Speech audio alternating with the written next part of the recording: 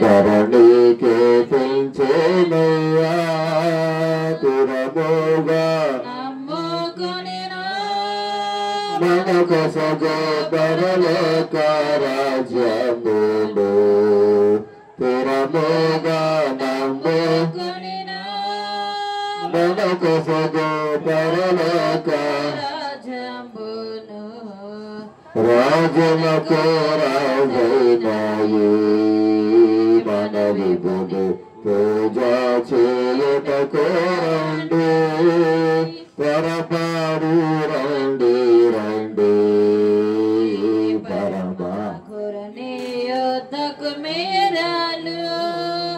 దరికి చేరిన వారిని ఈ ప్రభువు దరమాడన్నడు దూరము దరికి చేరిన వారిని ఈ ప్రభువు దరమాడన్నడు దూరము రాజులకు మనవి గడి పూజ చేయుటకు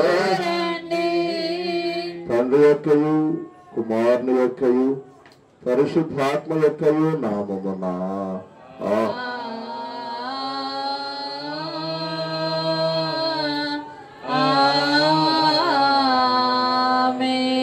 ఏ ప్రభువా నా తడువులను తెరువము స్తోత్రమును బయలుపరచును దేవా నన్ను విడిపించడానికి త్వరగా రమ్ము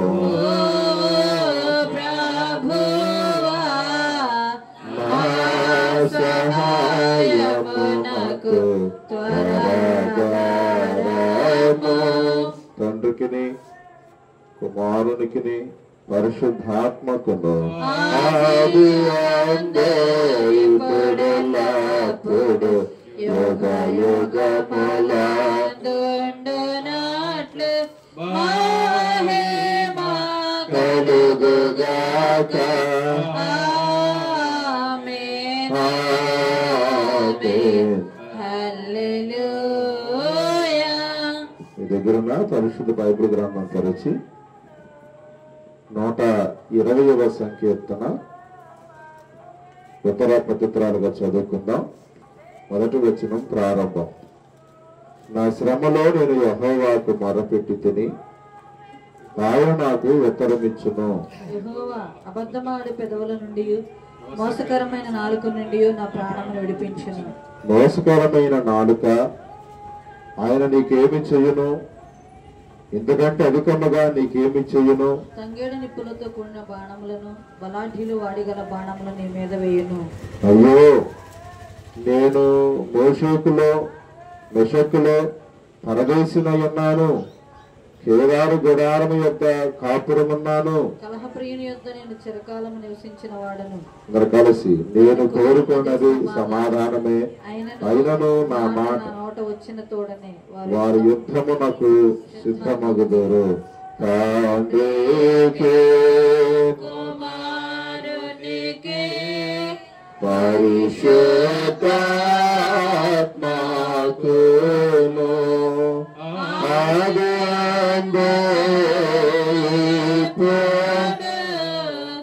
ఎల్లప్పుడూ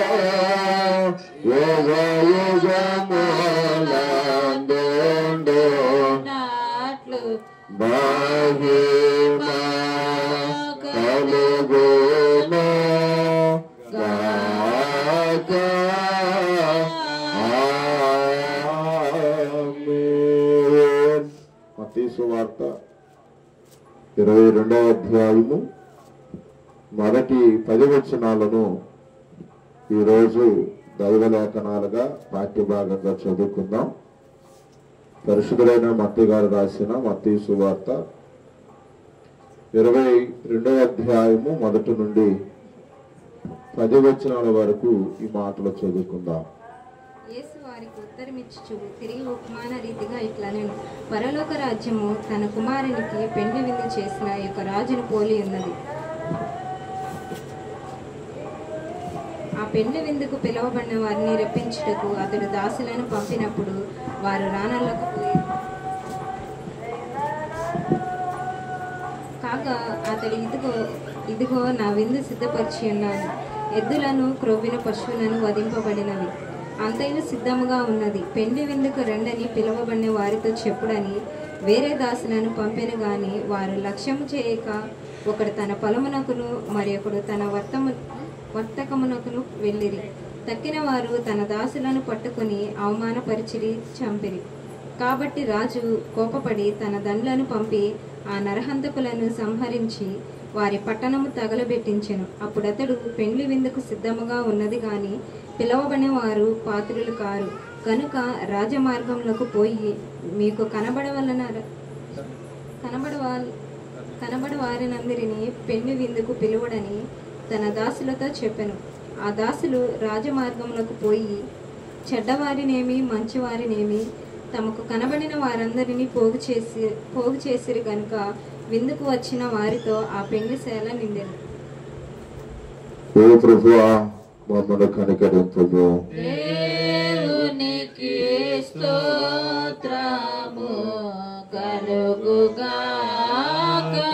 మోకరించండి, కళ్ళు మూసుకోండి, ప్రార్థన చేసుకుందాం. ఈ రాత్రి ప్రతి ఒక్కరు కూడా మోకరించండి, కళ్ళు మూసుకోండి, ప్రార్థన చేసుకుందాం. ఈ రాత్రి కాల సమయం అందు ప్రతి ఒక్కరు మోకరించండి, కళ్ళు మూసుకోండి, ప్రార్థన చేసుకుందాం. నోరు తెలిసి ఒక చిన్న ప్రార్థన చేయవా. ప్రభువా, ఈ 31వ రోజు ఇదిగో ఈ సిలువ ధ్యానానికి వచ్చిన నన్ను జ్ఞాపకం చేసుకోయ్యా. గడిచిన 30 దినాలు నాకు ఈ ప్రజలకు తోడుగా ఉన్నందుకు నీకు స్తోత్రాలు. ఈ 31వ రోజు నాయన ఈ రీతిగా నిన్ను స్తుతించుటకు, నిన్ను ఆరాధించుటకు మీరు మాకిచ్చిన ఈ శ్రేష్టమైన చక్కని సమయాన్ని బట్టి నీకు స్తోత్రాలని మనమందరం దేవుణ్ణి స్తుతిద్దాం, మనమందరం దేవుణ్ణి ఆరాధిద్దాం, మనమందరం దేవుణ్ణి మహిమపరచుదాం, మనమందరం కూడా దేవుని గణపరచుదాం, మనమందరం దేవదేవునికి కృతజ్ఞతాస్తుతులు స్తోత్రాలు చెల్లిద్దాం. ప్రభువా, ఈ 31వ రోజు నాతో మాట్లాడయ్యా, మాతో మాట్లాడయ్యా.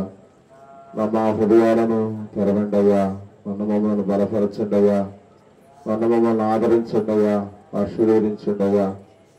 నా అవసరాలు నా కళ్ళు తీర్చి ప్రభువా, నన్ను స్వస్థపరచండి అని, నన్ను బాగు చేయండి అని విశ్వాసంతో నోరు తెరిచి కన్నీరు గార్చి ప్రభువుని అడగదా. ప్రభా, మొదటిన ఈ కొద్ది దినాలు కూడా నా మహిమార్థంగా జరగాలి. మాత్రం కూడా మేము అలసిపోకుండా, సలసిపోకుండా, వేసారిపోకుండా తండ్రి నీకు ఇష్టమైన బిడలగా, నిన్ను సంతోషపెట్ట బిడలగా, నిన్ను మహిమపరిచి గణపరిచి బిడలగా, నీకు నాయన మహిమ తెచ్చి బిడలగా నన్ను ప్రభులను సిద్ధపరచండి ప్రభుని. ఈ రాత్రి విశ్వాసంతో మనం ప్రార్థించేద్దాం.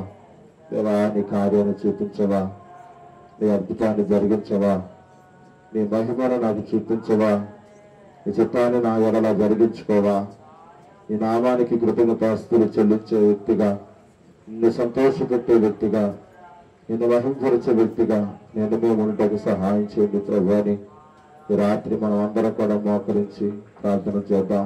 ప్రభా, పగలంతా నా పనుల్లో, నా ప్రయాణాల్లో తోడుగా, నా వ్యాపారాల్లో, మరొకల కష్టంలో నాకు తోడుగా ఉన్నారు. ఇదిగో దేవా, అలసిన దేహాలతో ఇదిగో నీ సన్నిధికి వచ్చిన మమ్మల్ని మీరు జ్ఞాపకం చేసుకోండి అయ్యా. ఇదిగో పగలంతా కాపాడినందుకు మీకు కృతజ్ఞతాస్తుతులు స్తోత్రాలయ్యా. మీరు ఇచ్చిన ఆరోగ్యాన్ని బట్టి నీకు స్తోత్రాలు, ఆయుష్ని బట్టి నీకు స్తోత్రాలు. లోబడే వారంగా, విధేయులం అయ్యేవారుగా, నిన్ను సంతోషపెట్టేవారుగా, నిన్ను మహిమపరిచేవారుగా మమ్మల్ని సిద్ధపరచండి ప్రభుని. ప్రతి ఒక్కరం కూడా ప్రార్థించేద్దాం, ప్రతి ఒక్కరం కూడా ప్రభుకి మొరపెడదాం. దేవా, మా లోపాలన్నీ తీసివేయండి, మా బలహీనతలన్నీ తీసివేయండి, మా అతిక్రమములన్నీ తీసివేయండి. మాలో విశ్వాసాన్ని దయచేయండి, మాలో భక్తిని దయచేయండి, మాలో యథార్థతను దయచేయండి, మాలో పట్టుదలను దయచేయండి. ప్రభా, పడిపోయిన మా ప్రాకారాలను నిలబెట్టయ్యా, పడిపోయిన మా స్థితిని నిలబెట్టినైనా, పడిపోయిన మా పరిస్థితిని నేను చక్కబరచమని ప్రార్థన చేసుకుందాం. ప్రతి ఒక్కరం కూడా ఈ రాత్రి ప్రభుని అడగదాం. ప్రభువా, ఇదిగోనైనా నా ఎడల మా ఎడల నువ్వు ప్రభు చూపించయ్యాని, నా ఎడల మా ఎడల మీరు దయ చూపించండి ప్రభు అని, నా ఎడల మా ఎడల నీ కరుణను కటాక్షాన్ని చూపించండి ప్రభు అని విశ్వాసంతో ఈ రాత్రి మనం ప్రార్థించేద్దాం. అమ్మా, ప్రతి ఒక్కరు కూడా నోరు తెలిసి ప్రార్థన చెయ్యాలా. నేను నోరు తెరమంటే కాదు, మీకై మీరు నోరు తెలిసి ప్రార్థన చెయ్యాలా. దేవా, మమ్మల్ని జ్ఞాపకం చేసుకోయ్యని ప్రార్థన చేయండి. చెయ్యాలా ప్రతి ఒక్కరు కూడా. దేవా, మమ్మల్ని బలపరచునాయన, మమ్మల్ని స్థిరపరచునాయన. దేవా, మా జీవితంలో ఒక కార్యాన్ని చూపించు ప్రభువా, మా జీవితంలో ఒక అద్భుతాన్ని చూపించు ప్రభువా, మా జీవితంలో నీ చిత్తాన్ని నీ నామాన్ని గణపరచుకో ప్రభువా అని మనమందరం కూడా మోకరించి కళ్ళు మూసుకుని విశ్వాసంతో ప్రార్థన చేసుకుందాం. ప్రేమ కలిగిన మా తండ్రి, కృపగల దేవ, మహోన్నతుడా, వచ్చిన ఇద్దరందరినీ మీరు దీవించండి ప్రభు, మీరు ఆస్వాదించండి అయ్యా. ఇప్పుడు దాకా పాటలతో మీ నామాన్ని స్తుతించాము, ఆరాధన ద్వారా మీ నామాన్ని గణపరిచాము. ఈ సమయంలో నీ మాటలు 10 నిమిషాలు ధ్యానం చేయబోతుండగా మీరు నాతో నీ ప్రజలతో మాట్లాడి మహిమ ఘనత ప్రభావం మీరే పొందుకోమని యేసు నామమున అడుగుతున్నాను తండ్రి. పిల్లరా, మీ అందరికీ యేసుక్రీస్తు నామములో శుభవందనాలు తెలియజేస్తున్నాను. దేవుని మాటలు విందాం. పరిశుద్ధుడైన మత్తయి గారు రాసిన మత్తయి సువార్త 22వ అధ్యాయము 1 నుండి 10 వచనాలు ఈరోజు మనం ధ్యాన భాగంగా చదువుకోవటం జరిగింది. ఈరోజు మన ధ్యానాంశం ఏంటంటే పెండ్లి విందు. 2వ వచనంలో ఆ మాట ఉంటుంది. పెండ్లి విందు. 9వ వచనంలో కూడా ఆ మాట ఉంటుంది. 8వ వచనంలో కూడా ఆ మాటలో ఉంటుంది. కాబట్టి ఈరోజు మన ధ్యానాంశం ఏంటంటే పెండ్లి విందు. ఈరోజు మన ధ్యానాంశం పెండ్లి విందు. యేసు ప్రభు వారు ఈ లోకంలో శరీరధారిగా ఉన్నప్పుడు ఎన్నో ఉపమానాలు సామాన్యమైన ప్రజలకు కూడా అర్థమయ్యేటట్లుగా కొన్ని సంగతులు బోధించడం జరిగింది. ఆ బోధలో ఒక బోధ ఇదిగో ఈ ఉపమానం. చూడండి ఒకసారి 22వ అధ్యాయం 1వ వచనంలో చూస్తే, యేసు వారి కొత్తలు మెచ్చుచు తిరిగి ఉపమాన రీతిగా ఇట్లా నేను ఇది ఉపమాన రీతిగా అక్కడ ఉన్నటువంటి ప్రజలకి, అక్కడ ఉన్నటువంటి శిష్యులకి, ఆయన సామాన్యమైన ప్రజలకు అర్థమయ్యే రీతిగా బోధిస్తున్నట్లుగా, ప్రకటిస్తున్నట్లుగా ఈ మాటను మనము చూస్తూ ఉన్నాం పిల్లారా. 2వ వచనాన్ని కూడా మనం చూస్తే, పరలోక రాజ్యము తన కుమారుని పెండ్లి విందు చేసిన ఒక రాజును పోలి ఉంది. అంటే పరలోక రాజ్యం రేపు ఎట్లా ఉండబోతుందో యేసు ప్రభు వారు 1వ వచనంలో ఉపమాన రీతిగా తెలియజేస్తున్నటువంటి ఒక సత్యం. నేను అప్పుడప్పుడు వాక్యం చెప్పేటప్పుడు నేను ఇలా చెబుతా, పరలోక రాజ్యానికి అయ్యగారు ఏమైనా వెళ్ళొచ్చాడా, ఏంది పరలోకం గురించి ఇట్లా ఉంటుంది అట్లా ఉంటుంది అని చెబుతాడు అని అన్నాను కదా. నేను ఎలా చెప్పగలుగుతున్నానంటే నా సొంత జ్ఞానంతోనో నా సొంత తెలివితోనో చెప్పట్లేదు, కానీ పరలోకం ఎలా ఉండబోతుందో ఇదిగో ఈ మత్తయి సువార్త 22వ అధ్యాయము 1 నుండి 10 వచనాలలో ఉన్న సంగతులను మనం చదువుతూ ఉన్నప్పుడు మనకు అర్థమవుతుంది. ఏ సంగతులు మీకు ఇంకా కావాలి తెలియాలంటే ఈ 1వ వచనం నుండి 10 వచనాల వరకు ఉన్న ఈ సంగతులు, ఈ విషయాలు మళ్ళీ మీకు కావాలనంటే లూకా సువార్త 14వ అధ్యాయంలో కూడా 16వ వచనం నుండి 24వ వచనం వరకు చదువుకుంటే వైద్యుడైన లూకా గారు కూడా ఈ ఉపమానాన్ని, ఈ సంగతుల్ని వ్రాస్తున్నట్లుగా దైవ గ్రంథంలో మనం చూస్తూ ఉన్నాం. మత్తయి గారు ఏ రీతిగా 22వ అధ్యాయంలో ఈ ఉపమానాన్ని వ్రాసాడో, లూకా గారు కూడా 14వ అధ్యాయము 16వ వచనం నుండి 24వ వచనం వరకు చదివితే ఈ ఉపమానాన్ని లూకా గారు కూడా రాస్తున్నట్లుగా మనం గమనిస్తూ ఉన్నాం. ఇక పరలోక రాజ్యం ఎట్లా ఉందంటే తన కుమారునికి పెండ్లి విందు చేసిన ఒక రాజును పోలి ఉంది. అంటే విందు చేయబడుతుంది. ఆ విందు కూడా పేద ఇంటి వారి విందు కాదది. పేద ఇంటి వారి విందు కాదది. ఒక రాజుగారు చేసినటువంటి విందు అది. పిల్లరా, సహజంగా మన పెళ్ళిళ్ళు మన విందులు ఎలా ఉంటాయంటే పలావన్నం, చికెన్ కూర, గోంగూర, సాంబారు, పెరుగు ఇవి పెడితే మనం బాగా చేసినట్టు. ఇంకా ఎవరైనా మనకంటే గొప్ప స్థానంలో ఉంటే వాళ్ళు విందులో ఇంకేం చేస్తారు చెప్పండి? ఐస్ క్రీమ్ పెడతాం, కిల్లి పెడతాం, ఫ్రై పీసులు పెడతాం. ఇది కొంచెం మనకంటే ఎక్కువ వాళ్ళు చేసే పని. ఇది మనం దీన్నే పెద్ద విందని మనం అనుకుంటాం, గొప్ప విందని మనం అనుకుంటాం. ఆ అన్నాలు తినొచ్చి ఆ భోజనం చేసి ఏం చెప్పుకుంటాం? బా వాళ్ళ ఇంటికాడ విందు లేదా వాళ్ళ ఇంటికాడ భోజనాలు భలే బాగున్నాయి, బాగా చేశారు, బాగా వండారు, గొప్పగా వండారు అని మనం అనుకుంటాం. కానీ అదే రాజుగారి ఇళ్లలో, రాజుల గారి ఇళ్లలో ఉండే భోజనం ఒక్కసారి మీరు తింటే ఈ విందు అసలు విందు అనుకోరు, ఈ భోజనాన్ని అసలు భోజనం అనుకోరు. మొన్నెవరో సంక్రాంతి టైంలో అమెరికా అల్లుడికి అత్తగారు గోదావరి వాళ్ళు ఎన్నో రకాలతో వంటలు వండారంట. 500 రకాలని, 400 రకాలని మనం చూసి మరి ఆ విందుని ఏమనుకోవాలి? మనం కరెక్ట్గా 4 రకాలు వండుకుంటేనే ఇది మన గొప్ప విందు అని మనం అనుకుంటున్నాం. మరి ఆ అమెరికా అబ్బాయికి ఈ గోదావరి వాళ్ళు వండినటువంటి 400, 300, 500 రకాల వంటకాలని మరి ఆ విందుని ఏమనాలి? ఇక రాజులు, ముఖ్యమంత్రులు, ప్రధానమంత్రులు తినే విందుని ఏమనాలి? అసలు రేపు దేవుడు ఇవ్వబోతున్న విందుని అసలు మనం ఇంకేం చెప్పుకోవాలి చెప్పండి? విందుల్లో కూడా రకాలు ఉన్నాయి, విందుల్లో కూడా గొప్ప గొప్ప విషయాలు ఉన్నాయి, విందుల్లో కూడా గొప్ప గొప్ప సంగతులు ఉన్నాయి. కాబట్టి రాత్రి ఒక సేవకుడిగా ఈ 31వ రోజు సిలువ ధ్యానంలో దేవుని సేవకుడిగా నేను చెప్పాలనుకున్న విషయం ఏంటంటే ఇది రాజుగారు సిద్ధము చేసిన విందు. ఏ రాజు? యేసు రాజు. రాజులకు రాజు అయిన యేసు రాజు మన కొరకు, నీ కొరకు, ప్రతి ఒక్కరి కొరకు సిద్ధం చేస్తున్న ఏ రాజు? ఏ విందిది? పెండ్లి విందిది. పెండ్లి కుమారుడు ఎవరో మీ అందరూ తెలుసు, ప్రభు అయినటువంటి యేసుక్రీస్తు వారు. మరి వధువు ఎవరు? సంఘం.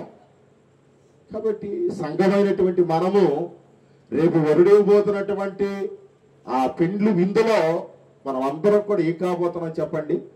పాలు పంపులు పొందబోతున్నాం.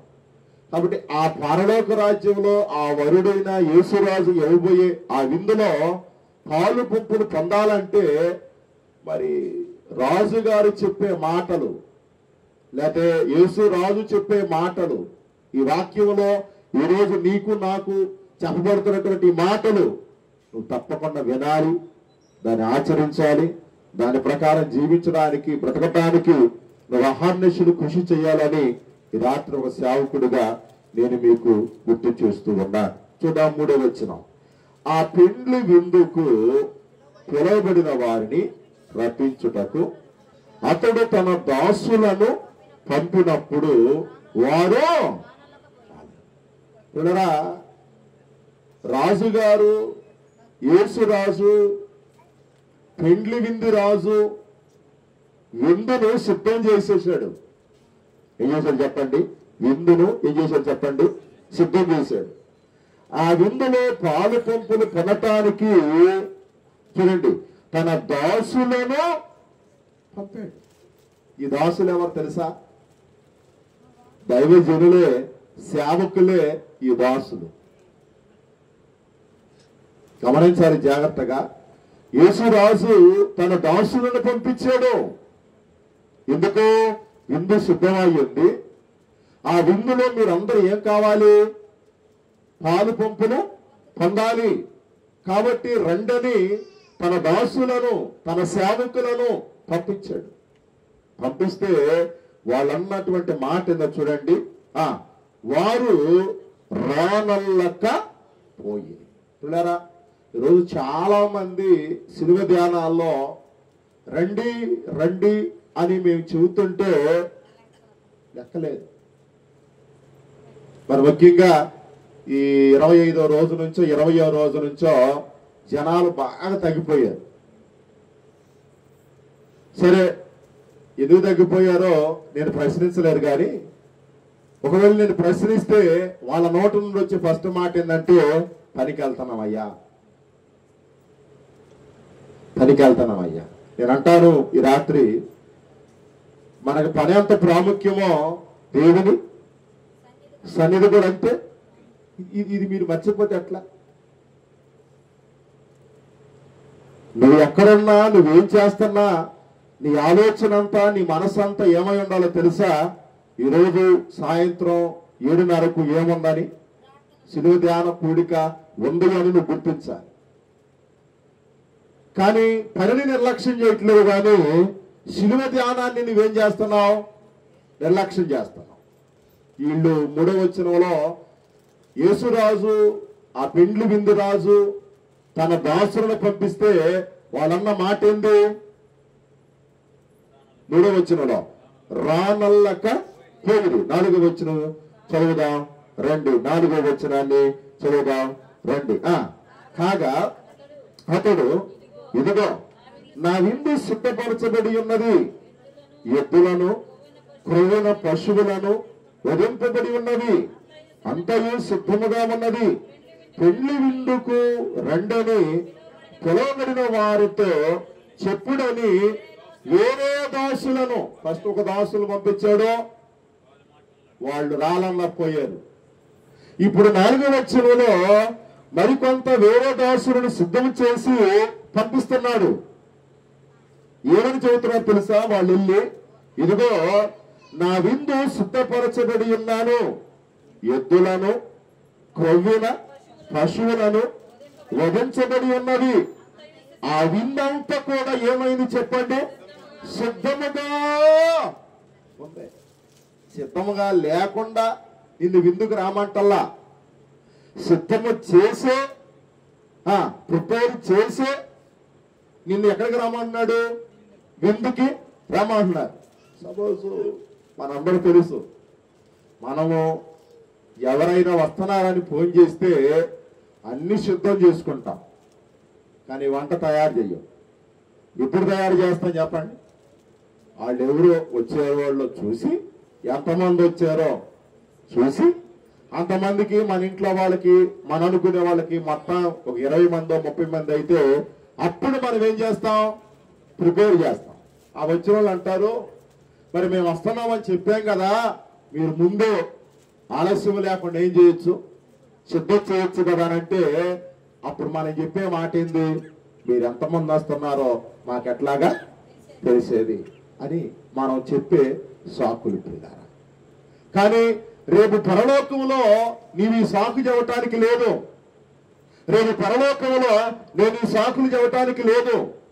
ఆల్రెడీ 4వ వచనం ప్రకారము విందు ఏమైపోయింది? సిద్ధమైపోయింది, ప్రిపేర్ అయిపోయింది. ఆ విందుతో పాటు ఎంత అద్భుతమైన మాట చూడండి, ఎద్దులను క్రొవ్విన పశువులను ఏమైనాయి అంట? అంటే అంత రుచికరమైనటువంటి మాంసాహారాలతో కూడిన విందు ఆ యేసు రాజు, ఆ యేసయ్య నీ కొరకు నా కొరకు ఏం చేయబోతున్నాడు చెప్పండి? సిద్ధం.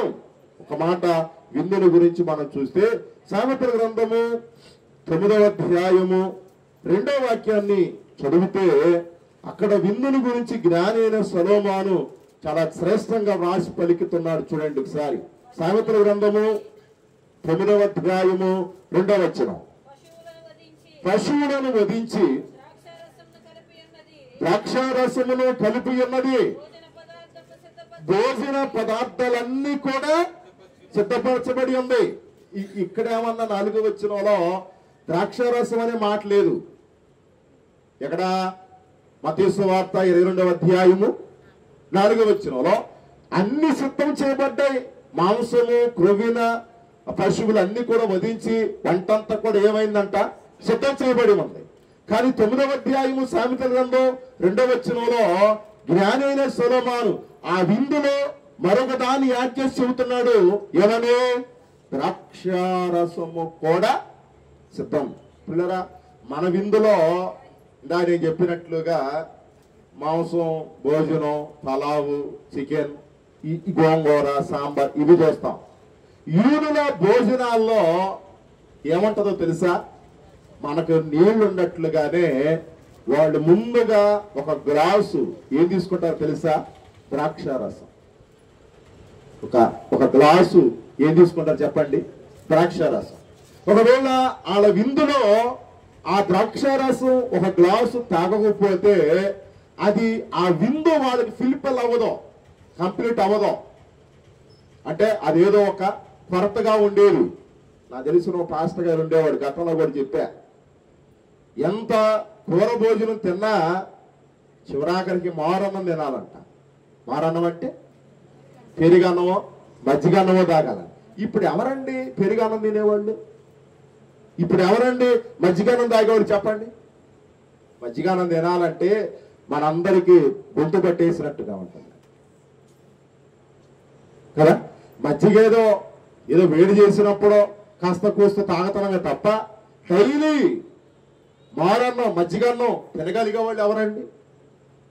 ఈరోజు తినే పదార్థాల్లో కూడా తేడాలు వచ్చేసాయి.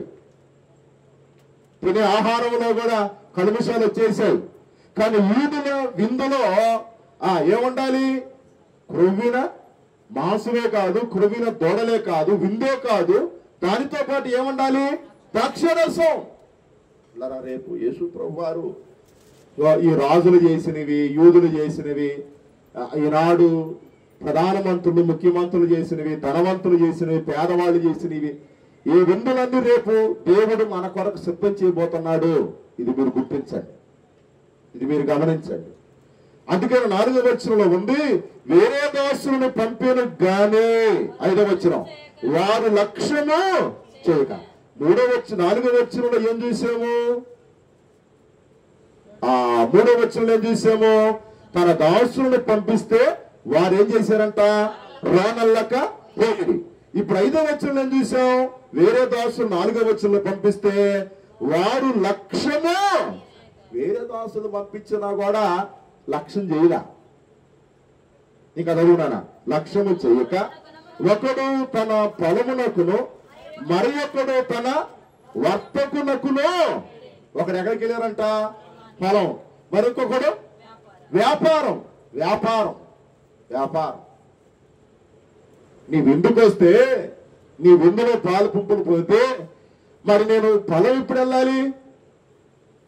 నీ విందుకు వస్తే, నీ విందులో పాలు పుంపులు పోతే నేను వ్యాపారం ఎప్పుడు చేసుకోవాలి అని ఒక బ్యాచ్ ఏమన్నా పొలం వెళ్ళిపోయారంట, ఒక బ్యాచ్ ఏమన్నా వ్యాపారానికి వెళ్ళిపోయారంట.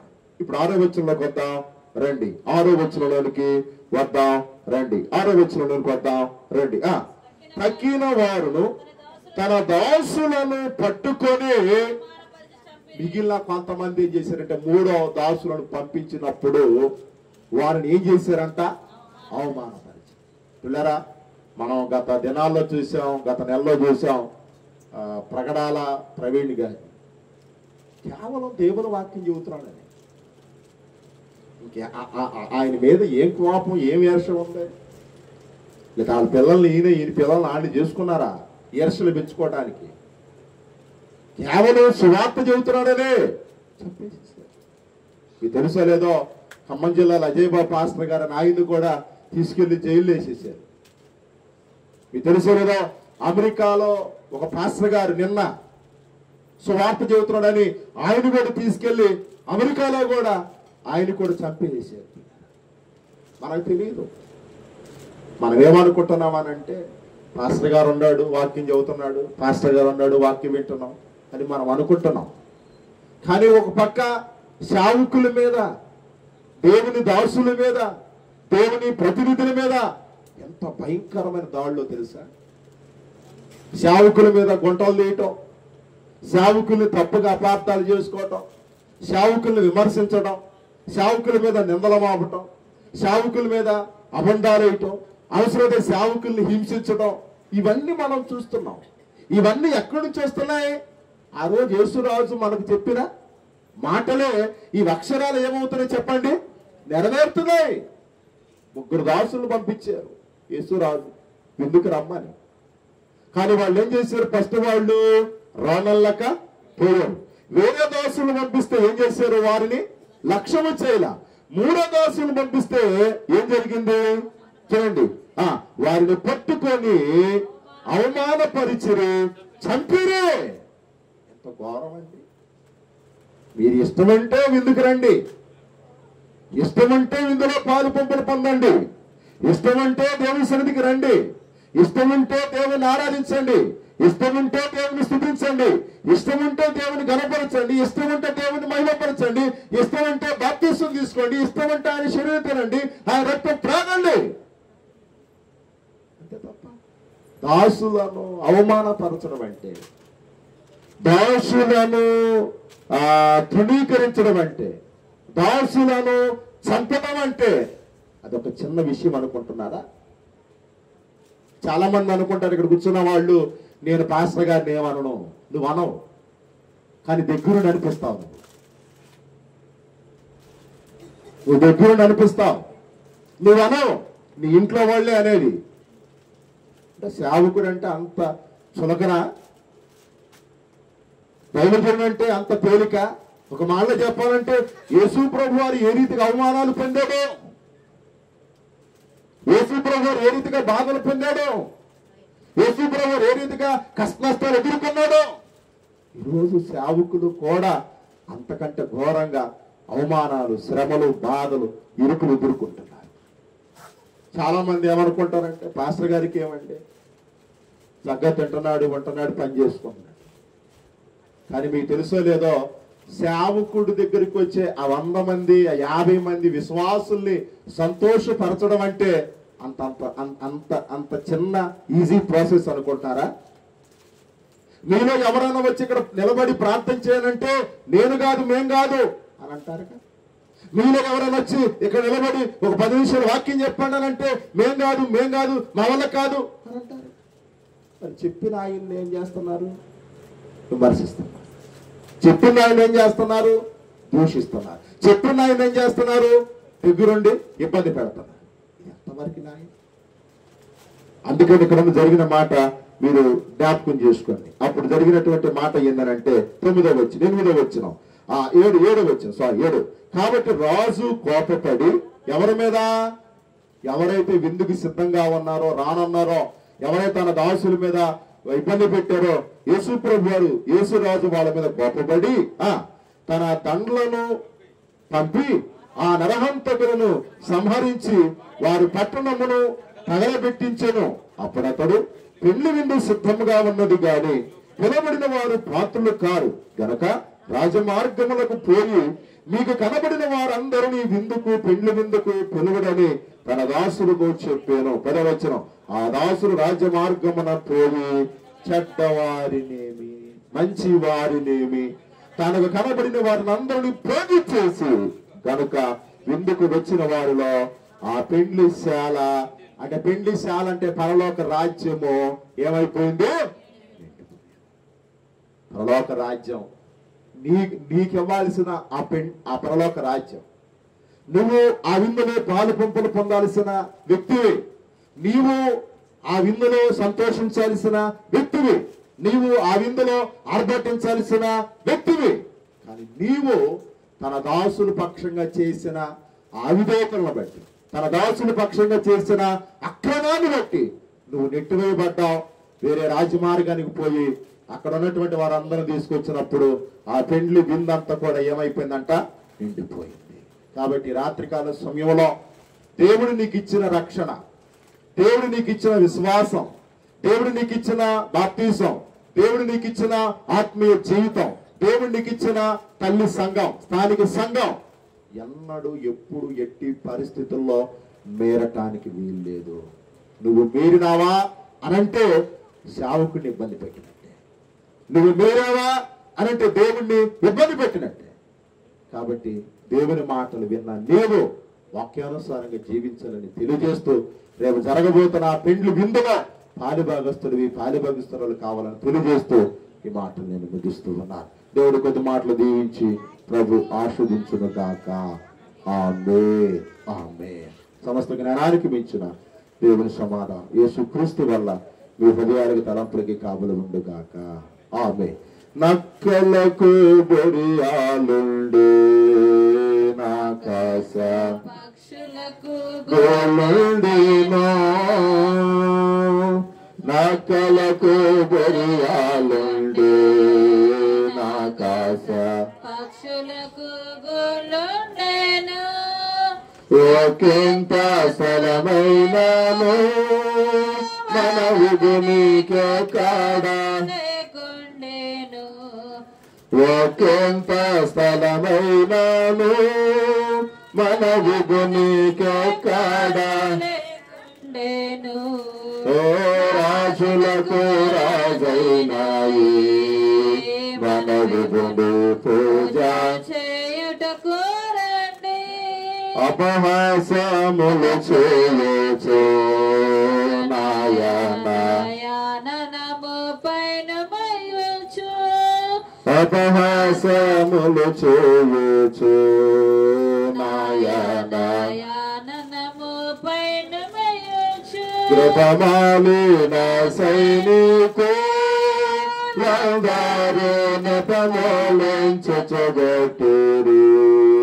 కృపమాలిన సైనికు లంగారు నెపమోలించగొట్టిరి, రాజులకు రాజైనయి మన విగుని పూజ చేయుటకు రండి. ప్రేమ కలిగిన మా తండ్రి, కృపగల దేవ, మహోన్నతుడా, ఈ రాత్రికాల సమయమందు పెండ్లి విందును గురించిన, పరలోక రాజ్యమును గూర్చిన, రేపు నీవు మా కొరకు సిద్ధం చేయబోతున్న ఆతిథ్యాన్ని గూర్చిన సంగతులు మేము విన్నాము స్వామి. ఈనాడు చాలా మంది దేవాన్ని సన్నిధికి రామంటే సాకులు చెప్పే వాళ్ళు ఎక్కువైపోయారు, రానల్లను అనేవాళ్ళు ఎక్కువైపోయారు, తర్వాత వస్తాము అనేవాళ్ళు ఎక్కువైపోయారు, ఈ రోజు కాదు రేపు అనేవాళ్ళు ఎక్కువైపోయారు ప్రభువా. కానీ నువ్వు ప్రేమతో నీ దాసులను పంపిస్తున్నావు, నీవు దయతో నీ సేవకులను పంపిస్తున్నావు, నీవు కరుణతో కటాక్షముతో నీ సేవకుల ద్వారా సువార్తను అందింపజేస్తూ ఉన్నావు. కానీ అర్థం చేసుకునే వాళ్ళు ఎంతమందో, దాని ప్రకారం జీవించే వాళ్ళు ఎంతమందో, దాని ప్రకారం బ్రతికే వాళ్ళు ఎంతమందో అర్థం కాలేనటువంటి పరిస్థితులు ఉన్నారు స్వామి. నీకు స్తోత్రాలయ్యా. ఇకనైనా సరే ఇవో బాప్తీసాలు పొందే ఈ బిడ్డలు, ఇంకా బాప్తీసాలు పొందలేని ఈ బిడ్డలు ఒక సత్యాన్ని గుర్తించి ఆ విందులో పాలు పంపులు పొందటానికి దేవా నీకు ఇష్టమైన బిడ్డలుగా, నేను సంతోష బిడ్డలుగా జీవించడానికి కృపదాయి చేయండి. ఈ 31వ రోజు ఈ సిలువ గానాల్లో పాల్గొన్న ఈ బిడ్డలందరినీ మీరు దీవించండి, ప్రభు ఆశీర్వించండి. రాలే కనగబడిన వారితో మాట్లాడండి, మరొకసారి ఈ సన్నిధికి నడిపించమని ప్రార్థన చేస్తున్నాం. కొండలాంటి బండలాంటి హృదయాలను తొలగించమని కోరుకుంటున్నా. బలహీనులుగా ఉన్న బిడ్డల ఎడల బలపరచండి, స్వస్థపరచండి, కాపాడమని కోరుకుంటున్నాను. బిడ్డల పనుల్లో ప్రయాణాల్లో తూడుగా మేడగా అండగా కొండగా ఆధారంగా ఉండమని సమస్త ఘనత మహిమ నీకు ఆరోపిస్తూ యేసు నామములో ప్రార్థించి పొందున్నాం పరమ తండ్రి. లోకమందున మా తండ్రి, నీ నామం పరిశుద్ధపరచబడుగాక, నీ రాజ్యము వచ్చును గాక, ఇక ప్రలోకమందు నెరవేరినట్టు భూమి నెరవేర్చబడునుగాక. మన ఆహారమును మాకు దయచేయండి, మన అపరాధములు చేసిన వారిని మేము క్షమించు ప్రకారం మా అపరాధములు క్షమించండి. శరణు తప్పించి రాజ్యము శక్తియు మహిమ నిరంతరం నీవెన్నావు తండ్రి. ఆమేన్. తండ్రి కుమార పరిశుద్ధాత్మ త్రియేక దేవుని దీవెనలు ఈ 31వ రోజు సిలువ ధ్యానానికి వచ్చిన మీకు, మీ కుటుంబాల గ్రామానికి, సంఘానికి తోడే నడిపించి కాపాడుగాక. ఆమేన్. తండ్రికి సుతునికి పరిశుద్ధాత్మకును కలుగుగాక మహిమా సరదాక యుగ యుగములకును కలుగునా. అందరికి వందనాలు. రేపు సాయంత్రం కలుసుకుందాం. అంతవరకు దేవుని మహాకృప నీకు తోడైండుగా. God bless you.